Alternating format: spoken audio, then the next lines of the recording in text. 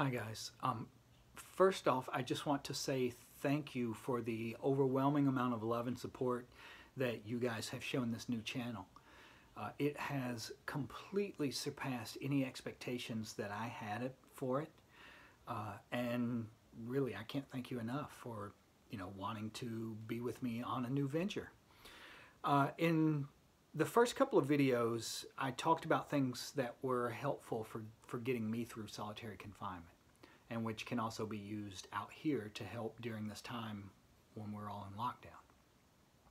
The first one was about keeping a schedule and cleaning. They say that someone once told me that cleaning is a banishing ritual, that's what you're doing when you're cleaning. You are banishing pockets of stagnant energy as well as bacteria and other unhealthy things in your environment.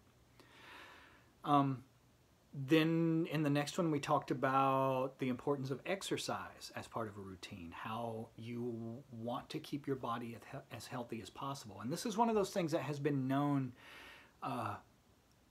by various masters in all different traditions throughout the world. For example, in Buddhism,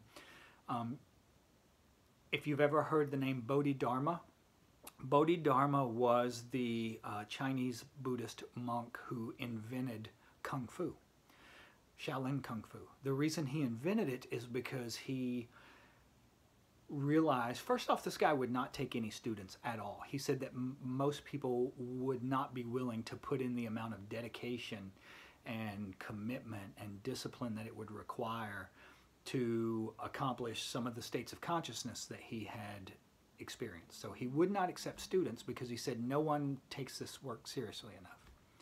He finally accepted his very first student when a samurai came to him one day and drew his sword and cut his own arm off to show how serious he was about learning these practices.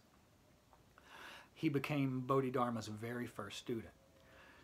Eventually Bodhidharma would create Kung Fu because he realized as he accumulated more and more students, if you spend hours and hours a day doing any sort of meditation or ritual work or visualization, you start to suffer from it physically if you don't also get some physical exercise. So he invented Kung Fu as a kind of exercise to help keep their bodies in shape, to enable them to meditate longer, reach higher levels of consciousness, all of these sorts of things. So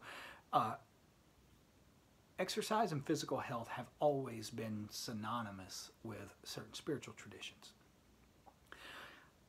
So going from those two things, what I want to start going into next is magic. What magic is, what it's for, the reason we do it, all this sort of thing. People, whenever they think of me, they normally think of me as being almost synonymous with the West Memphis 3 case, or as the guy who was on death row or got out of prison or whatever it is. It's all sort of case related in some way or another. To most people, I am not separate from that. But for me personally, I view those things as being a tiny, minute fraction of what shaped me as an individual, what made me the person that I am now. By far the biggest thing, even back then in prison, was the practice of magic. What I mean by the practice of magic, there are rituals that are prescribed to accomplish a certain goal. What this goal is connected to the phrase that everyone has heard at some point or another, whether you believe it or not, whatever: God created the world. Well, that means something entirely different in religion than it does in magic. In religion, they view it as this omnipotent person in the clouds created the world, almost like a painter creating a painting or a sculptor creating a sculpture, where at the end of the process, the artist and the piece are two separate things.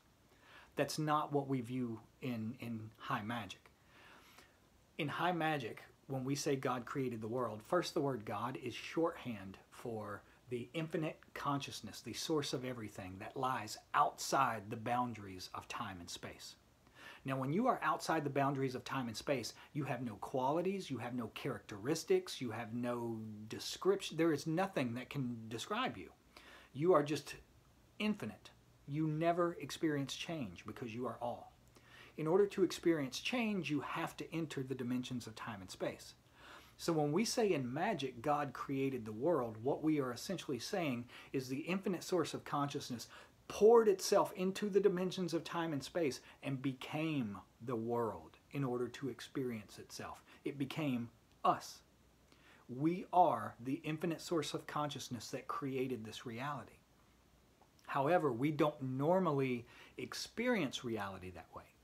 The reason for that is because of what we in Magick call the ego. Now, when you hear the word ego in Magick, it does not mean the same thing as in psychology or the way it's used in the West. You know, in the West, when we think of the word ego, we think it means like someone who's full of themselves in some way. In Magick, what we're talking about when we say the word ego is you are the source of creation. But you don't normally experience yourself that way. You experience yourself as an individual. That is because of ego. Ego is a kind of lens that is hardwired into your physical substance that causes you to experience reality as an individual. By doing Magick, what we gradually do is wear away that lens so that we no longer live in this illusion of separateness. By doing certain exercises in Magick, you can come to experience yourself as the consciousness that looks out through the eyes of every man, woman, and child in this world. So that's the point of Magick. That's what we're working towards. What Magick does is allows us to see the ultimate truth of reality, to finally pierce through this illusion that is so convincingly real. And for me, that has been my life's work. And in Magick, that's what we call it. We call it the great work. We say that we are working to accomplish, we are striving to accomplish the great work.